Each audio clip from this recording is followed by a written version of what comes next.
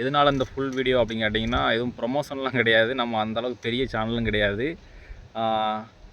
இது வந்து நம்ம பயன்பட்ட மணிக்கு யாருக்காவது ஒரு 4 பேருக்கு இந்த வீடியோ யூஸ்ஃபுல்லாக இருக்கலாம். நம்ம எதனால் இந்த மெர்சல் அப்படிங்கிற ரொட்டரேட்டர் வந்து வாங்கினோம், அப்புறமேட்டு இது ஃபீல்டுக்கு எப்படி இருக்குது, நம்ம இப்போ 1 வாரம் ஓட்டிட்டோம், ஃபீல்டுக்கு எப்படி இருக்குது, அப்புறமேட்டு என்ன ரேட்டு, எப்படி நம்ம டெலிவரி எடுத்தோம், அப்புறமா எல்லாமே டீட்டெயிலாக சொல்கிறேன் நம்ம ஓரளவு. ரொட்டரேட்டர் வந்து பேர் பாஸ்லாம் கிடைக்குமா கிடைக்காதா அதை பற்றி ஃபுல்லாக அந்த வீடியோவில் பார்க்கலாம். வாங்க வீடியோக்குள்ளே போகலாம். நம்ம டோருக்கு வந்து 4 ஃப்ரிங்கி கொடுத்துருந்தாங்க. 1 2 3 4 ஃப்ரிங்கி பார்க்கறதுக்கும் நல்லா லுக்காக இருக்குது. அப்புறமேட்டு டோருக்குமே சேஃப்டியாக தான் இருக்கும் 4 ஃப்ரிங்கி. அடுத்ததாக இந்த டாப்லிங் பின்னு பார்த்தீங்கன்னா, ஒரு ஷார்ட்ஸ் வீடியோவில் கமெண்டில் ஒருத்தர் சொல்லியிருந்தார், ஒரு சைடு பின்னு போடாமல் ஓட்டுறீங்க அப்படின்னு. பின்னு போடலை அப்படின்னு சொன்னார், கமெண்ட் பண்ணியிருந்தார். இதில் வந்து பின்னு போட தேவையில்லை. இது ஒரு நியூ மாடலாக இருக்குது. அதாவது இந்த காடி வந்து சின்னதாகவும் இந்த காடி பெருசாகவும் இருக்குது. உங்களுக்கு புரியுமான்னு தெரில. இப்போ பாருங்கள், நான் இங்கிட்டு இழுக்கிறேன். இங்கிட்டு இழுக்கும் போது இந்த பின்னு தட்டிக்கிட்டா, இப்போ இங்கிட்டு தள்ளும் போது இவ்வளோ தான் போவோம், அதுக்கடுத்து போகாது. இந்த இதில் ஒரு காடி இருக்கும். இந்த காடியில் வந்து டாப்லிங் உட்காந்துருக்கும். இங்கிட்டு தள்ளும் போது இங்கிட்டு வெளியே வராது. உங்களுக்கு நேரில் பார்த்தா தான் புரியும். அது பிரச்சனை இல்லை, அதில் பின்னு போடாதது. அந்த சைடு மட்டும் பின்னு போட்டால் போதும். இந்த பின்னு வந்து உங்களுக்கு இப்போ தெரியும்னு நினைக்கிறேன். பார்த்திங்கன்னா இது வந்து சின்ன ஓட்டை, இது வந்து பெரிய ஓட்டை. இப்போ இங்கே வந்து நம்ம ரெஞ்சு பின் போட்டிருக்கோம். இப்போ இங்கே நம்ம ரெஞ்சு பின் போட தேவையில்லை. எப்படி போகாது அப்படின்னா, இந்த காடி பெருசாக இந்த காடி சின்னதாக இருக்கா, இங்கே தள்ளும் போது இங்கே போய் முட்டிக்கிறோம், இதுக்கடுத்து போகாது. இப்போ இங்கே இழுக்கும் போது அந்த பின் வந்து முட்டிக்கிறோம். இப்போ உங்களுக்கு புரியும்னு நினைக்கிறேன். இதுதான் இதோட மெத்தடு. இது சின்ன காடி, இது பெரிய காடி. இது சின்ன ஓட்டை, இது பெரிய ஓட்டை. இதுக்கு இடையில தான் டாப்லிங் இருக்கும். இதுக்கு இடையில டாப்லிங் இருக்கும், இதுக்கடுத்து போகாது பின்னு. இங்கே பின்னு போட தேவையில்லை. அடுத்ததாக இது பெயிண்டிங் வந்து பார்த்திங்கன்னா, அந்த பவுட்ரு கோட்டிங் அப்படின்னு சொல்கிறாங்க. அது பார்க்க நல்லா சைனிங்காக இருக்குது. வீடியோவில் கவர் ஆகுமான்னு தெரில. பாருங்கள், இந்த பளபளன்னு இருக்கா, சைனிங்காக அப்படியே கிளாராக அடிக்கும். பெயிண்டிங் இல்லாமல் பவுட்ரு கோட்டிங் பண்ணியிருக்காங்க. பார்க்குறதுக்கு நல்லா பளபளன்னு சைனிங்காக இருக்கும். உங்களுக்கு புரிகிற மாதிரி சொல்லணும்னா, வீட்டு சுவத்தில் முன்னாடி வெள்ளை அடித்தாங்க, இப்போ வந்து பட்டி பார்த்து லப்பம் பார்த்து பெயிண்டிங் பண்ணுறாங்களோ அது மாதிரி தான். டைரெக்டாக பெயிண்டிங் பண்ணாமல் பவுட்ரு கோட்டிங் பண்ணியிருக்காங்க. பார்க்குறதுக்கு நல்லா சைனிங்காக இருக்குது ரொட்டரேட்ரு. அடுத்ததாக ரொட்டரேட்ரு பார்த்திங்கன்னா அப்படியே சக்திமான் மாடல் மாதிரியே தான் இருக்கும். நம்ம வாங்கிட்டு வந்ததுக்கப்புறமே இங்கே ஊர்லேயே எல்லாருமே கேட்காங்க, சக்திமானா அப்படி தான் கேட்காங்க. சேம் சக்திமான் மாதிரி தான் இருக்கும். 4 ஃப்ரிங்கி இருக்கிறனால பார்க்கறதுக்கு லுக்காக இருக்கும். பார்க்கறதுக்கு மட்டும் சக்திமான் மாதிரி இல்லை, உள்ள பேர்ஸ் எல்லாமே பார்த்திங்கன்னா சக்திமானுக்குள்ள பொருள் எல்லாமே சேரும் அப்படின்னு சொல்லியிருக்காங்க. நம்ம டைரெக்டாக அங்கே பேர் பாஸ் கடையிலே கேட்டோம், மெர்சலுக்குள்ளே பேர்ஸ் வந்து கிடைக்குமா அப்படின்னு. அப்போ அவங்க சொன்னது என்னென்னா, சக்திமானுக்குள்ள பொருளே மெர்சலுக்கு வந்து சேரும், நீங்கள் தாராளமாக ரொட்டரேட்டர் வந்து வாங்கலாம் அப்படின்னு பேர் பாஸ் கடையில் நமக்கு ரெக்கமெண்ட் பண்ணதுக்கு அப்புறம் தான் நம்ம இந்த ரொட்டரேட்டரே வாங்கியிருக்கோம். அடுத்ததாக அந்த மண்டை பார்த்திங்கன்னா பெரிய மண்டை தான், க்ரௌனு. சின்ன க்ரௌன் கிடையாது, பெரிய மண்டை. மல்டி ஸ்பீட்லே லைட் வெயிட் கீர் பாக்ஸு. அதாவது லோடு வாங்காமல் போவோம் அப்படின்னு நமக்கு இந்த ரொட்டரேட்டர் வந்து ரெக்கமெண்ட் பண்ணியிருக்காங்க. நான் உங்கள் வண்டிக்கு இதுதான் கரெக்டாக இருக்கும் அப்படின்னு சொல்லி மல்டி ஸ்பீட்லே இந்த கியர் பாக்ஸ் வந்து நமக்கு கொடுத்துருக்காங்க. நம்ம ஓட்டி பார்த்ததில் நம்மகிட்ட பழைய ரொட்டரேட்டர் ஒன்று இருக்குல்ல, ஈசானா, அதிலேருந்து இது பார்த்திங்கன்னா வண்டி லோடு வாங்காமல் நல்லா போகுது. மஹேந்திரா 5.1/4.1 வச்சுருக்கவங்களுக்கு இது வந்து கரெக்டாக அப்படியே அட்டகாசமாக இருக்குது. அடுத்ததாக பார்த்திங்கன்னா, நம்ம பழைய ரொட்டரேட்டர்லேருந்து இந்த ரொட்டரேட்டர் பார்த்திங்கன்னா ஒரு 50 கேஜி வந்து கம்மி தான், 50 கிலோ கம்மி தான். அதனால் நமக்கு வந்து என்ன பெனிஃபிட்னா, நம்ம நாத்தாங்கால்லாம் ஓட்டுவோம், சேர் வந்து நாத்தாங்கால் ஓட்டுவோம். அப்போது கொஞ்சம் வண்டி வந்து லோடு இல்லாமல் கொஞ்சம் ஃப்ரீயாக போகும். வரப்புகளில் வந்து அதிகமாக தாண்டி போகும்போது வண்டிக்கு வந்து சிரமம் இல்லாமல் போகும். அது ஒரு வகையில் நல்லது. நம்ம பழைய ரொட்டரேட்டர் வந்து 500 கேஜி வரும், இது வந்து 410 கேஜி. அதனால் வண்டிக்கு பார்த்திங்கன்னா வரப்பெல்லாம் தாண்டி போகிறதுக்கு வைக்கிறதுக்கு கொஞ்சம் வெயிட் கம்மியாக இருக்கறனால ஓரளவு நல்லாயிருக்கும். அடுத்ததான் இந்த ரொட்டரேட்டரோட விலை பார்த்திங்கன்னா 86,000 ரூபா கோட் பண்ணுதாங்க. 86,000 ரூபாய்க்கு ஒருத்தான் கேட்டிங்கன்னா 100க்கு 100% நான் சொல்கிறேன். நமக்கு எப்போவுமே ஒரு பொருள் வாங்கினா திருப்தி ஆகுமா ஆகாதான்னு நமக்கு வாங்கி யூஸ் பண்ணதுக்கப்புறம் தெரியும். நான் யூஸ் பண்ண வரைக்கும் பார்த்த வரைக்கும் இந்த ரொட்ரேட்டரை பொறுத்து சொல்கிறேன். 86,000 ரூபாங்குது இந்த ரொட்ரேட்டருக்கு வந்து 100க்கு 100% கொடுக்கலாம். இந்த ப்ரைஸுக்கு இந்த ரொட்ரேட்டர் மட்டும்தான் இருக்கா அப்படின்னு கேட்டிங்கன்னா நிறையா இருக்குது. நீங்கள் கமெண்ட் பண்ணுவீங்க இந்த ரொட்ரேட்டர் வாங்கிக்கலாம் அந்த ரொட்ரேட்டர் வாங்கிக்கலாம் அப்படின்னு. அதாவது இந்த ரேட்டில் நிறையா ரொட்ரேட்டர் இருக்குது. நேமோடையும் இருக்குது, நேம் இல்லாமல் மேனுஃபேக்சரிங் பண்ணிங்க விற்காங்க. உங்களுக்கு வந்து புரியுற மாதிரி சொல்லணும்னா நான் பார்த்ததில் இந்த சர்வசக்தி அப்புறமேட்டு கஜா அது வந்து ஒன்று சில்லற வரும். இந்த மாதிரி நிறையா ப்ராண்டு இருக்குது. ப்ராண்டு இல்லாமையும் நிறையா ரொட்ரேட்டரு இதே ப்ரைஸுக்கு இருக்குது. ஆனால் அதெல்லாம் வாங்கலாமான்னு கேட்டிங்கன்னா வாங்கலாம். ஆனால் உங்களுடைய சைடில் பேர் பாஸ் கடையில் பொருள் கிடைக்குமா, ஏதாவது பேரிங் போச்சு அப்படின்னா பொருள் கிடைக்குமா அப்படிங்கிறத கேட்டு வாங்கிக்கலாம். நான் கேட்ட வரைக்கும் எனக்கு இந்த ரொட்ரேட்டருக்கு வந்து நம்ம ஏரியாவில் சத்தியமான பொருளே செட் ஆகும். அப்படி செட் ஆகலைனாலும் இதுக்குள்ளே பொருளே நம்மகிட்ட இருக்குது அப்படின்னு சொல்லிட்டாங்க. அப்புறமேட்டு இவங்களோட கான்டாக்ட் நம்பரும் பார்த்திங்கன்னா நம்ம வாட்ச் பண்ண வரைக்கும் சர்வீஸ் வந்து நல்லாயிருக்கு. அதனால தான் நம்ம இந்த ரொட்ரேட்டர் வாங்கியிருக்கோம். இந்த ரொட்ரேட்டர் வேணும் அப்படின்னா இந்த நம்பருக்கு நீங்கள் கால் பண்ணலாம், மெசேஜ் பண்ணலாம், எல்லாம் செய்யலாம். இதுதான் அவங்களோட நம்பரு. அவ்வளோதாங்க. நமக்கு வந்து இந்த ரொட்டேட் வாங்கினதில் வந்து ஃபுல் அண்ட் ஃபுல் சாட்டிஸ்ஃபைடு தான்.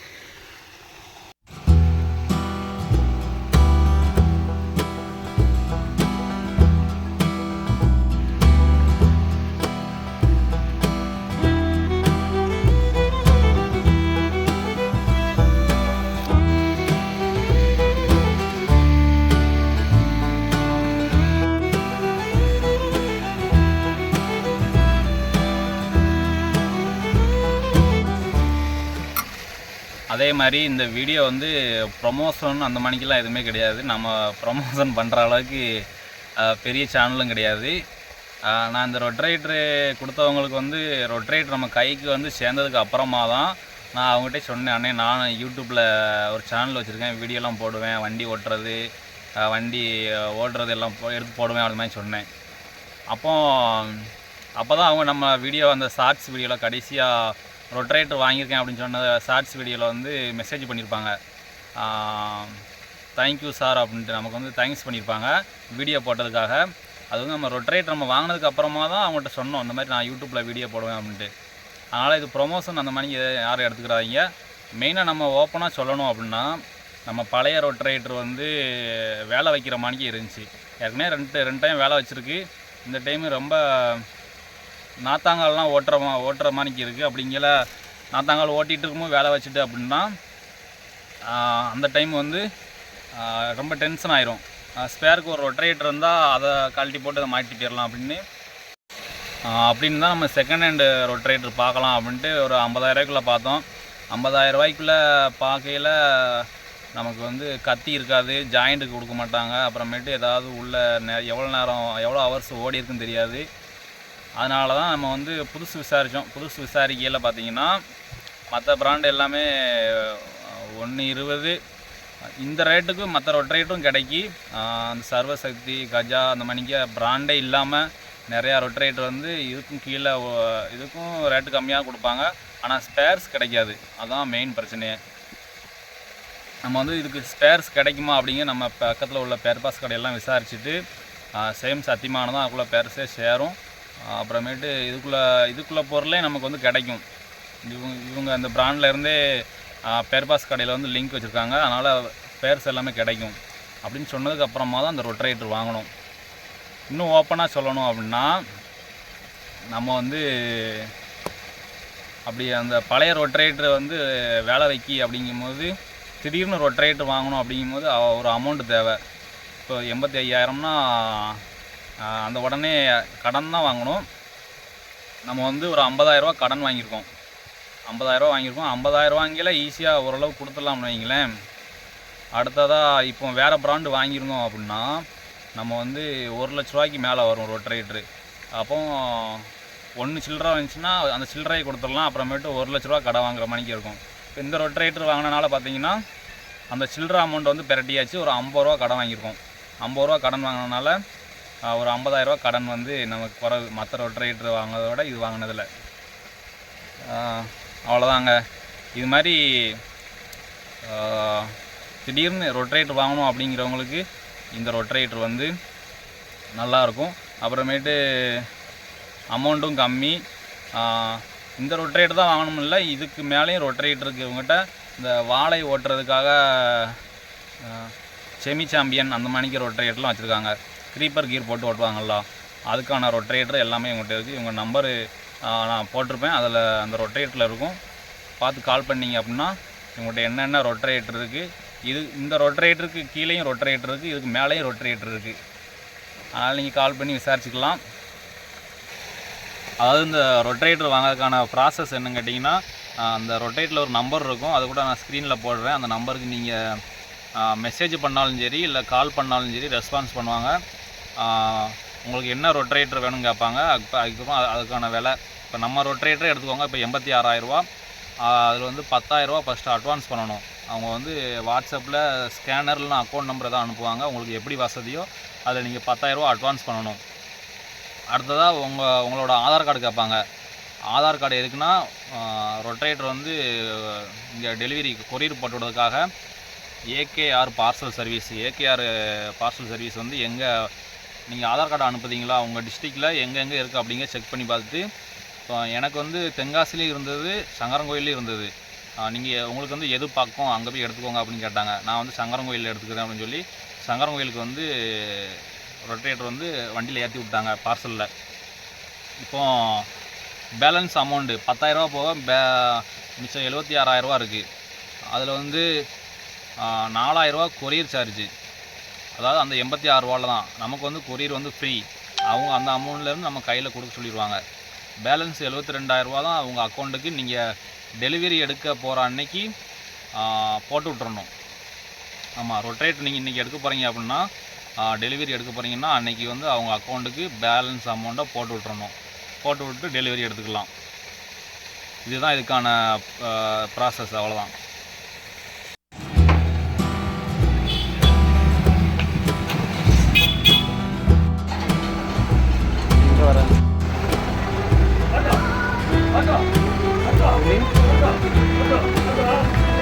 கேட்கல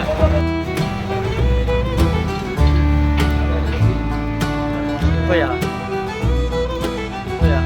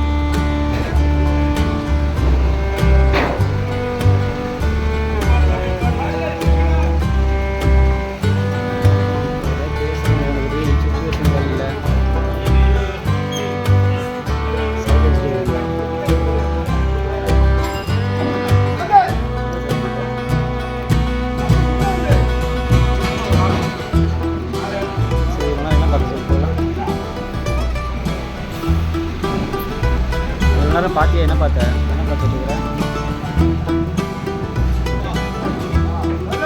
பேசுகிற என்ன பார்த்து சொல்லலாம்.